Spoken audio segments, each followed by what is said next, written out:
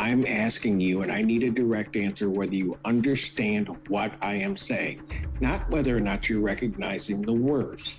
Do you understand what I am saying? I understand what you're saying.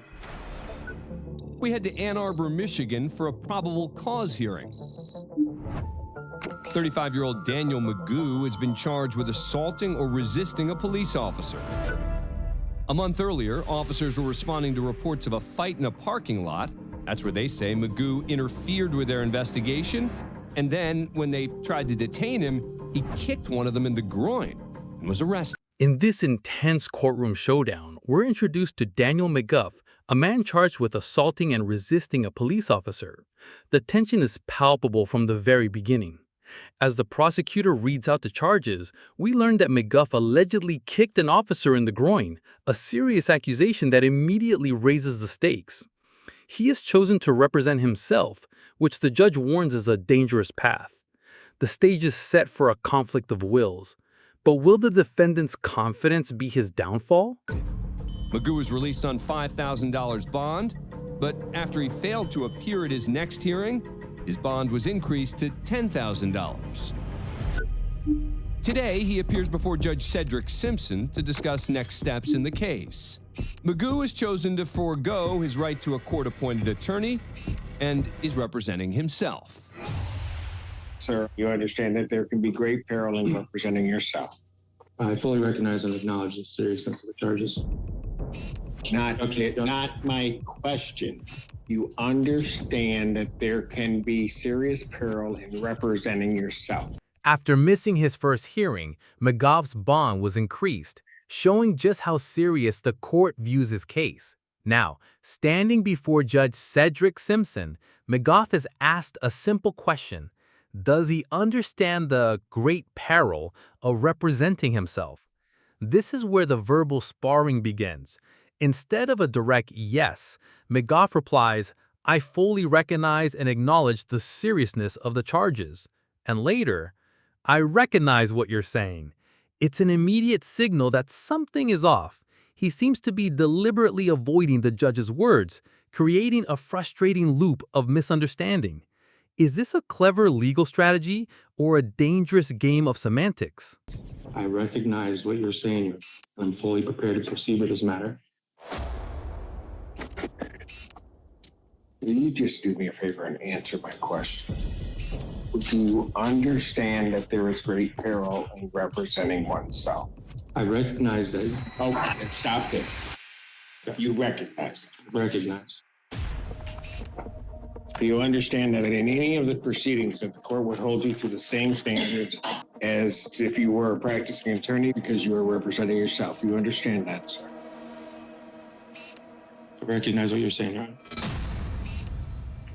You know what? I don't know why you just won't understand.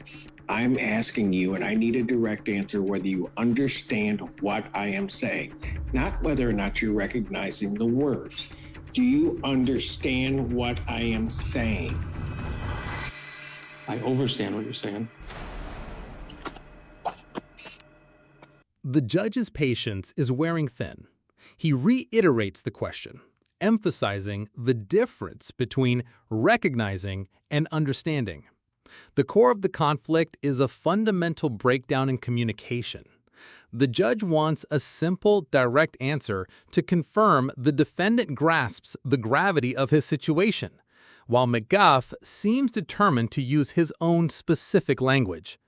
This standoff is a fascinating display of power and control. Who will break first? The judge, with his authority, or the defendant, who seems to be testing the limits of the court? You want to be... Your Honor. You have a seat. I'm not... Have a seat. Your Honor, I haven't had... Have a seat. You can play games with me all day. I got all day. I got all day. Have a seat. After adjourning his hearing to call a few other cases, Judge Simpson recalls McGough. Good afternoon, Your Honor. Daniel McGough. All right. I just need to understand why you don't understand. Trying to get there, Your Honor, if we could talk I'm about it. not asking The tension boils over. The judge's repeated command to have a seat and his declaration, "You can play games with me all day, I got all day," highlight the sheer frustration in the courtroom. It's a shocking moment that shows just how far this hearing has spiraled. The judge, tired of the word games, temporarily adjourns the case to deal with other matters. When McGarry returns, the judge tries a new approach, breaking down the question in the simplest terms possible. He just wants to know if the defendant understands the charges he's facing. You whether or not you agree that you should be charged. I'm not asking whether or not you believe that you did it. I'm asking whether or not you understand what you are charged with. Can we agree to disagree on the legalese? We are not going to agree to anything. This is not your game to play here. You play by my rules. So you're saying that I have to say the words, "I understand"? Sir, I'm not saying that you have to say anything. Okay. You know what? Here's the thing. I am not going to play this game with you. I'm not. So what? No, you are playing a I'm game. not. So no, you are. And do not interrupt me ever again. McGough, however, continues his defiant semantic game, asserting that he is not going to agree to anything. The judge immediately shuts down this line of argument, reminding him who controls the courtroom. The defendant then asks, "So you're saying that I have to say the words, 'I understand'?" This is a clear attempt to put the judge on the defensive, implying that he's being forced to say specific words. The judge, rightly so, is not having it. He warns McGough not to interrupt him again. Do not. So what I'm going to do is I'm going to give you a week to think about it, for you to sit here and to go through this whole semantical game. Your Honor, Or I will. Do not interrupt me. I can object to Do the not interrupt. Do not. One more time, you're going. I've given you fair warning. You take an oath to defend the Constitution of the United States. And Mr. Allen, he is to be removed from my courtroom.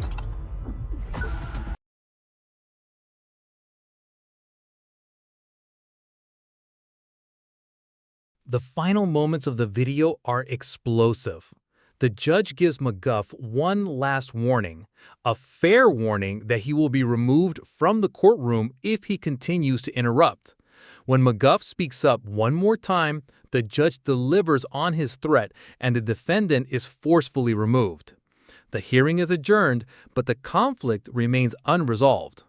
It leaves us with a lingering question. Was McGough's behavior an act of calculated defiance or genuine confusion?